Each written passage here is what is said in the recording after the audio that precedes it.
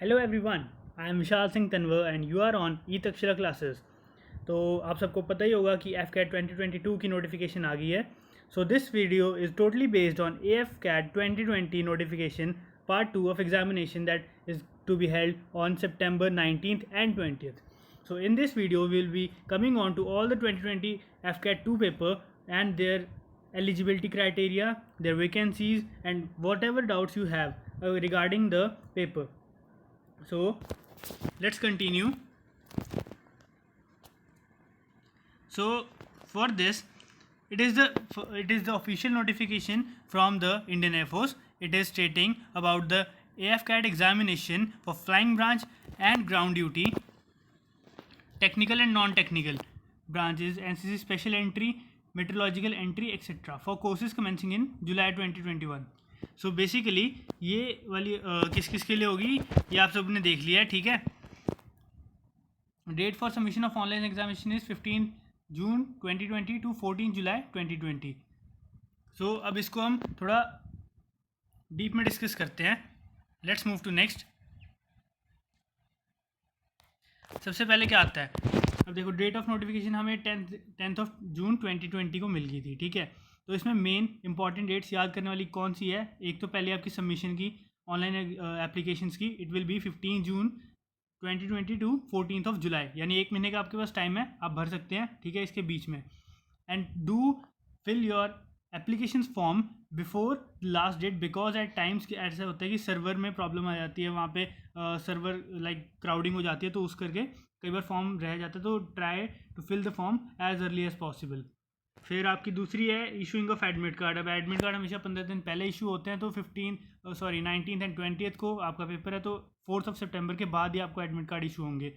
Third, date of examination 19th September and 28th September, इन दोनों में से एक दिन आपका पेपर होगा. मतलब एक्चुअल में शेड्यूल तो है 19th के लिए भी एंड 28th के लिए भी. आपका स्लॉट कौन से में आता है वो डिपेंड करता है सिस्टम शफलिंग पे. So these are the important dates you need to remember, ठीक है. तो आगे चलते हैं वैकेंसीज पे. नाउ अब वैकेंसी पे आगे हमारे पास अब इसमें दो चीज़ पे है, ठीक है. एक तो फ्लाइंग ब्रांच के लिए, एक ग्राउंड ड्यूटी के लिए. इसमें तीसरी मेट्रोलॉजिकल और एनसीसी एंट्री की भी है, वो मैं आगे फर्दर डिस्कस करूँगा. पहले दो मेन वाली पे. फ्लाइंग ब्रांच में एसएससी है, यानी शॉर्ट सर्विस कमीशन, 74 सीट्स आई हैं इस बार, as compare to 50% more seats almost. पिछली बार 40 सीट्स थी आपकी एसएससी फ्लाइंग के लिए, इस बार 74 है, ठीक है. तो have a very good chance to get into this. But flying branch में ऐसा रहता है कि पूरी सीट्स फिलअप बहुत कम होती है, तो what ever it is, seats का कोई मेरिट आउट होने का प्रॉब्लम नहीं रहता, मेडिकल्स की ज़्यादा दिक्कत रहती है. तो फ्लाइंग ब्रांच के लिए बस वही है, ठीक है. अब आते हैं ग्राउंड ड्यूटी पे. इसमें आती है टेक्निकल एंड नॉन टेक्निकल. जो टेक्निकल होती है वो इंजीनियरिंग के लिए होती है, और नॉन टेक्निकल होती है जो आपकी normal graduation and other courses के ऊपर होती है, ठीक है. तो इस बार नॉन टेक्निकल में कितनी सीट्स हैं, एडमिन ब्रांच के लिए है परमानेंट कमीशन में 23 एंड एसएससी कमीशन में 16 सीट्स, और एजुकेशनल में है पीसी मतलब परमानेंट कमीशन में 8 है और एसएससी में भी 8 है, ठीक है. तो आपका हो गया नॉन टेक का. अब टेक्निकल में देख लेते हैं. तो एरोनॉटिकल इंजीनियरिंग, एल मतलब इलेक्ट्रॉनिक्स का होता है, ठीक है. इलेक्ट्रॉनिक्स वालों की परमानेंट कमीशन में कितनी है 40, और एसएससी में कितनी है 26 सीट्स. और जो यही है मतलब एरोनॉटिकल इंजीनियरिंग मैकेनिकल, उसमें परमानेंट कमीशन में 23 है और एसएससी में 16, ठीक है. तो ये आपकी होगी सीट्स इस बार कितनी आई हैं. तो इस बार वैकेंसी काफ़ी ठीक आई है. टेक्निकल एंड नॉन टेक्निकल की तो ऑलमोस्ट सेम है. इस बार फ्लाइंग में काफ़ी ज़्यादा हाइप दिया है. सो बेसिकली इसका डायरेक्ट एडवांटेज आपको एनसीसी एंट्री में मिलेगा, ठीक है. अब ऐसा क्यों है, देखो एफकैट की ये वाला पोर्शन मैं आपको डिस्कस कर चुका हूँ. अब आते हैं एनसीसी स्पेशल एंट्री पे, ठीक है. अब इसमें permanent commission for man and SSC for man and women होता है. अब जो इसमें वैकेंसी क्या होता है, 10% seats out of CDS exam for permanent commission रहेगा, ठीक है. And 10% seats out of AFCAT vacancies for SSC. तो जो एनसीसी एंट्री एसएससी के लिए जाएगी वो होगी एफकैट 10% रिजर्व, और जो परमानेंट कमीशन रहेगी वो होगी सीडीएस वाले कोर्स की 10% reserve. For suppose CDS course में 40 सीट्स आई है, तो उसका 10% 4, यानी 4 सीट्स रहेंगी आपकी, ठीक है. तो इस हिसाब से मैं बताता हूँ कि इस बार एनसीसी को डायरेक्ट इसमें एडवांटेज कैसे मिलेगा. जो आपकी फ्लाइंग में इस बार 75 सीट्स है, तो उसके 10% यानी 7 सीटें आपको आएंगी उसमें, as compare to previous one उसमें सिर्फ 4 ही आ रही थी पिछले साल वाले में. तो it's a very steep hike, तो इस पर ध्यान रखना थोड़ा सा, NCC entry specially. And meteorological department, ठीक है। ग्राउंड ड्यूटी नॉन टेक्निकल होता है, permanent commission for man and SSC for man and women. Meteorology में कितनी है, परमानेंट कमीशन में 10 है और एसएससी में 12 सीट्स हैं। तो ये आपका सीट्स का हो गया पूरा, ठीक है। ये आपकी वैकेंसी आई है इस बार, इस पर इतना ही काम है। अब आगे चलते हैं एलिजिबिलिटी क्राइटेरिया पे। अब एलिजिबिलिटी क्राइटेरिया में क्या है, देखो nationality it must be a citizen of India, ठीक है, as per Indian citizen act 1955। तो ये आपका एलिजिबिलिटी क्राइटेरिया नेशनैलिटी का। नाउ एज पे आते हैं। फ्लाइंग ब्रांच के लिए आपकी एज 20 to 24 ईयर्स के बीच में होनी चाहिए एज ऑन 1 जुलाई 2021, ठीक है। दैट इज़ बॉर्न, अब आपको ये एज उन्होंने एज ब्रैकेट दे दिया है, born between 2 July 1997 to 1 July 2001, okay. So flying branch वाले इस एज ब्रैकेट के अंडर अप्लाई कर सकते हैं। एंड जिनके पास pilot driving commercial pilot licence है उनके लिए एज रिलैक्सेशन है, ठीक है, बिटवीन, अब वो उनका एज ब्रैकेट कितना है, 2 जुलाई 1995 to 1 जुलाई 2001, और बोथ डेट्स इंक्लूडेड हैं, ठीक है ना। तो अब इस पे आते हैं ग्राउंड ड्यूटी। अब ग्राउंड ड्यूटी पे आते हैं technical and non technical. 20 to 26 years of age as on 1 July, that is born between 2 July 1995 to 1 July 2001। तो इस एज ब्रैकेट के बीच वाले लोग अप्लाई कर सकते हैं इस पेपर के लिए, ठीक है। तो ये हो गया एज का एलिजिबिलिटी क्राइटेरिया। अब आते हैं मैरिटल स्टेटस पे। सो मैरिटल स्टेटस ऐसा है कि candidate below 25 years of age must be unmarried at time of commencement of course, ठीक है। जो 25 ईयर से छोटे हैं वो अनमैरिड होने चाहिए कोर्स स्टार्ट होने तक। तो इस पर आप थोड़ा वो कर लेना, ध्यान दे लेना। और इसमें थोड़े से आगे आपको स्पेसिफिकेशंस लिखे हैं, अगर आप मैरिड हो नहीं हो तो उसको आपने क्या करना है, ठीक है। तो अब आगे चलते हैं हम एजुकेशनल क्वालिफिकेशन पे। फ्लाइंग ब्रांच में क्या क्या है, candidate should have mandatory pass a minimum of 50% marks each in maths and physics in +2 level, that is आपकी 12th क्लास में आपके पास मैथ्स और फिजिक्स होनी चाहिए और उसमें एटलीस्ट आपका 50% स्कोर होना चाहिए। Secondly, graduation with minimum 3 years degree course in any discipline from a recognised university with minimum 60% marks. आपके 60% मार्क्स ग्रेजुएशन में होने चाहिए, ठीक है, कोई भी ग्रेजुएशन चलेगी। और BE या BTech degree 4 years course from recognised university with minimum of 60% marks, ठीक है। BE BTech वालों के लिए ये, और या फिर candidates who have cleared section A and B examination of associate membership of institutions of engineers or aeronautical society of India from a recognized university with minimum of 60%। So basically कुल मिला के बात ये है कि आपके मिनिमम 60% मार्क्स आपकी graduation में होने चाहिए, ठीक है। अब आते हैं ग्राउंड ड्यूटी टेक्निकल ब्रांच के ऊपर। अब एरोनॉटिकल इंजीनियरिंग इलेक्ट्रॉनिक्स वाली ब्रांच उसके ऊपर के लिए ये है, ठीक है, विद अ मिनिमम ऑफ 50% इन +2, बाकी आपका 60% सेम आपका उसी में रहेगा इन किसी भी इन एक इंजीनियरिंग में से। अब आपका इंजीनियरिंग कोर्स आप इसमें देख सकते हैं आपका कौन सा वाला है, ठीक है। कंप्यूटर्स है, कंप्यूटर टेक्नोलॉजी है, ये काफ़ी बड़ी लिस्ट है, तो आप अपना चेक कर लो आपको इसमें ले आए करते हो कि नहीं। यहाँ तक आपकी लिस्ट कंटिन्यू हो रही है, ये इलेक्ट्रॉनिक्स वालों के लिए है, ठीक है, यहाँ तक। तो इधर आप अपनी चेक कर सकते हो आपके इंजीनियरिंग कोर्स आपका इसमें है कि नहीं है। फिर आते हैं एरोनॉटिकल इंजीनियरिंग मैकेनिकल के ऊपर, ठीक है। Candidates with 50% marks in +2 and minimum 4 years degree with a 60% aggregate. तो ये आपका मैकेनिकल इंजीनियरिंग वालों का, ये ब्रांचेस वो सर्व करवाने देते हैं। तो इट्स अप टू यू, आप अपना चेक कीजिए and go through it once hardly, okay. आगे चलते हैं।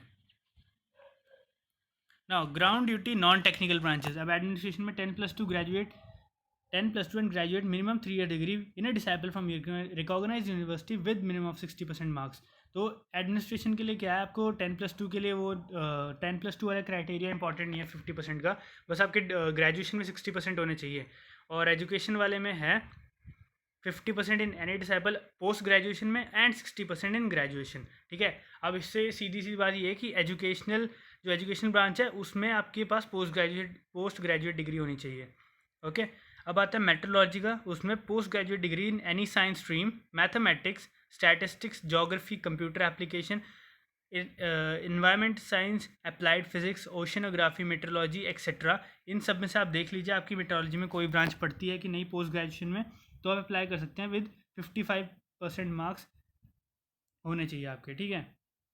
अभी क्या नोट है कि 2 seats are reserve for law qualified candidates in ground duty non tech. ठीक है, तो ये 2 सीट्स पहले लॉ उसके लिए भी रिजर्व कर दी है। तो इसमें यही है एलिजिबिलिटी में। अब आगे चलते हैं कि टाइप्स ऑफ कमीशन। ठीक है, तो इसमें क्या होता है, एक परमानेंट कमीशन है, एक शॉर्ट सर्विस कमीशन है। परमानेंट कमीशन क्या होता है, irrespective of your age barrier. ठीक है, आपको लाइक 20 ईयर्स ऑफ सर्विस उसके बाद रहती है, मतलब आप कंटिन्यू करते हैं जब तक आपका रैंक की एज ओवर नहीं हो जाती। ठीक है, whereas in short service commission the engagement period for flying branch SSC officers is 14 years from the date of commission. Extendable नहीं है फ्लाइंग। ठीक है, आप फ्लाइंग नहीं कर सकते उसके बाद। The initial tenure of ground duty SSC officers would be a period of 10 years and extension of 4 year may be granted subject to service requirement, availability of vacancies, willingness, suitability and merit. ठीक है, तो ऐसा है आपके पास ground duty के लिए 10 years है और वो आपका 4 साल एक्सटेंडेबल है। तो होता है शॉर्ट सर्विस और परमानेंट कमीशन में फ़र्क। तो आगे चलते हैं हम एग्ज़ाम पैटर्न पे। ठीक है, अब एफकैट में 4 तरह के, एक general awareness, verbal ability in English, numerical ability and reasoning. तो 4 डिफरेंट टाइप्स के क्वेश्चंस मिलेंगे आपको। ठीक है, टाइम ड्यूरेशन आपके पास है 2 आवर्स की। क्वेश्चन कितने हैं टोटल 100 और मार्क्स हैं टोटल 300, मतलब एक क्वेश्चन 3 मार्क्स का। ईकेटी वाले बच्चे जो इंजीनियरिंग ब्रांच देंगे, जो टेक्निकल ब्रांच के लिए आएंगे, उनके पास एक ईकेटी का भी पेपर होता है। इसका सिलेबस क्या रहता है, mechanical, computer science and electrical electronics, इसके ऊपर क्वेश्चंस रहते हैं। ठीक है, इसमें टाइम आपको कितना मिलता है 45 मिनट्स। नंबर ऑफ क्वेश्चंस कितने होते हैं 50 और मार्क्स 150। सो ये है ईकेटी वालों का सिलेबस। ठीक है, अब आगे चलते हैं आपकी मार्किंग स्कीम के ऊपर। मार्किंग स्कीम कैसे रहती है, online examination will be consist of objective question and will be English for both AFCAT and EKT. तो बेसिकली उसमें हिंदी का ऑप्शन नहीं है इस वाले पेपर में। अब मार्किंग स्कीम ऐसे है, 3 marks will be awarded for correct answer, मतलब ठीक है 1 mark will be deduce for every incorrect answer, मतलब -1 की नेगेटिव मार्किंग है। No marks for unattempted, 0 for अगर आप उसे अनअटेम्प्ट छोड़ देते हो। ठीक है, question will be based on matrix system of weightage and major wherever applicable. Candidates are required to appear for the online FCAT in person. Under no circumstance will any scribe or other candidate be allowed. अब क्योंकि वो online paper है तो आपको खुद ही जाना है, मतलब आपको कोई डिपेंडेंसी नहीं मिलेगा जैसे फॉर आपकी डिसेबिलिटी के लिए मिल जाता है, वो नहीं होगा यहाँ पे। ठीक है,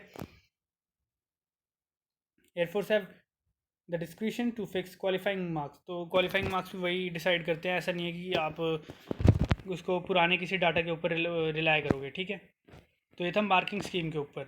अब आता है स्टैंडर्ड सिलेबस। अब देखो इसमें स्टैंडर्ड सिलेबस में बहुत आसान है। इंग्लिश में आपकी कॉम्प्रिहेंशन है, error detection, sentence completion, filling in correct word यानी fill ups, synonyms and antonyms, and testing of vocab, idioms and phrases. तो it is a very steep small syllabus. ठीक है, ज़्यादा कुछ भारी नहीं है इसमें, 8-10 टॉपिक हैं, वो आप प्रैक्टिस कर सकते हैं बढ़िया से। जनरल अवेयरनेस में क्या है, history, geography, civics, polity, current, environment, basic science, defence, art, culture, sports. तो बेसिकली जनरल अवेयरनेस में आपका ये सब है। अब इसमें एक बात नोट करने वाली क्या है कि जो जनरल अवेयरनेस है उसमें स्टैटिकल जीके काफ़ी ज़्यादा रहती है, इसमें अराउंड 50%। ठीक है, तो उसके ऊपर अपना थोड़ा फोकस करके चलना। न्यूमेरिकल एबिलिटी में आपका आता है decimal fraction, time work, average, profit and loss, percentage, ratio, proportion, simple interest, time and distance. तो ये वाले कुछ 8 टॉपिक है, तो इस पर आप अच्छे से प्रैक्टिस कर सकते हैं। ये 10th लेवल के क्वेश्चंस रहेंगे, एलिमेंट्री लेवल जिसे कहते हैं। तो it is easy to give the exam for mathematical part, क्योंकि इसके सिर्फ 18 क्वेश्चन आते हैं पेपर में। फिर लास्ट में आता है रीजनिंग एंड मिलिट्री एप्टीट्यूड। तो इसमें आपके रीजनिंग के क्वेश्चन रहते हैं। इसमें आपकी verbal skills and spatial ability आ जाती है, like finding the figure, analogy और आपकी कंप्लीटिंग सीरीज़, ऐसे क्वेश्चन रहते हैं इसमें। तो इतना कोई ख़तरनाक बात है नहीं इसमें। ठीक है, एफकैट का पेपर ऐसे आसान ही रहता है। तो ये था इसका स्टैंडर्ड सिलेबस। ठीक है, तो ये आपकी नोटिफिकेशन होती है पूरी। This was regarding the notification of AFCAT 2022 exam, जो कि सितंबर में होना है। ठीक है, ई तक्षशिला क्लासेस को